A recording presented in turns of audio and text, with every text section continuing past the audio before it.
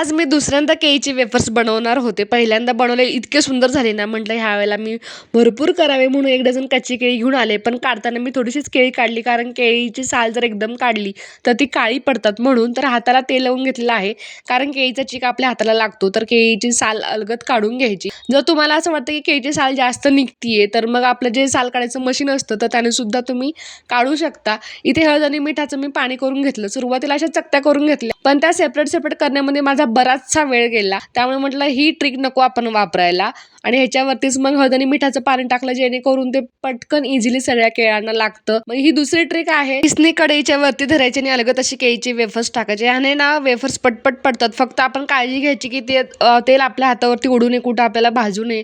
आपला थोडासा आपला वेळ जातो, पण वेफर्स ना खूप खायला छान लागतात. अगदी घरच्या घरी बनवायला खूप इझी वाटतात.